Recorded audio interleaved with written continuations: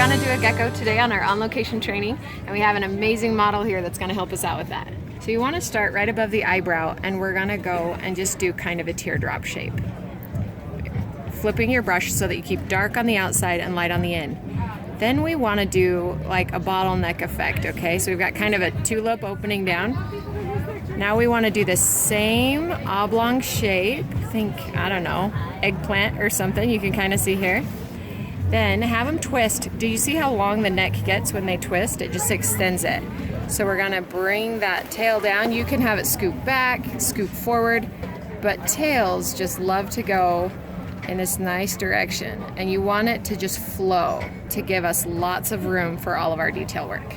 I'm moving my brush down now to use a 1/2 inch instead of the 3/4. Now, reptile legs, they all point in. So these front legs, we wanna pull them down and down, and these back legs we want to pull them up and up like that.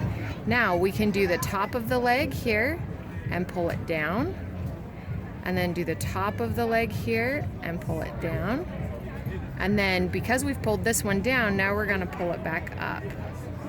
We've pulled this one down, so now we'll pull it back up. Now for the toes, we want to go shorter, longer, and then have the longest one, and then a little back one going this way. So a back one, then we go short, longer, longest. And up on the top, I usually just do 4 toes all about the same size. I'm switching to a filbert brush, and I'm getting that same blue color. We want to just create a center line going down this lizard, varying the size of these dots, going all the way back.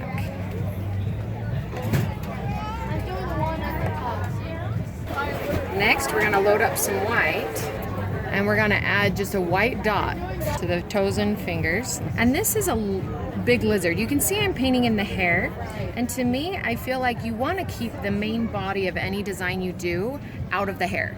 But I would love to have a lizard this size that has a little bit in the hair instead of a lizard this size that I can get it all to fit. So we're gonna do a couple white dots on either side. That'll become the eyes. And then I'm just gonna throw in some of the white highlights while I've got white on my brush. And on these dots even, sometimes it can be fun to add these details. So I'm kind of doing a couple of dashes and then a dot, maybe a couple dots. Next we're gonna do the outlining. So let's start up at the top and go all the way down. So right here, we're gonna do the eye, and then I want it to bubble out just a little bit from the head. So let's do this eye over here. So a nice big circle, and then not quite as big, but bubbling out just a little. Then we're just gonna connect those, keeping a little bit of that peak on the front. Then on the neck, we wanna cut in, and that cutting in just gives the feeling of a neck. Then I'm only going to outline the bottom half of these fingers.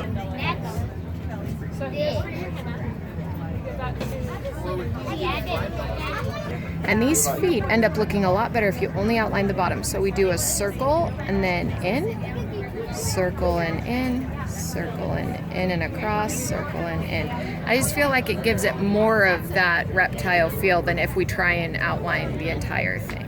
And just follow that tail around.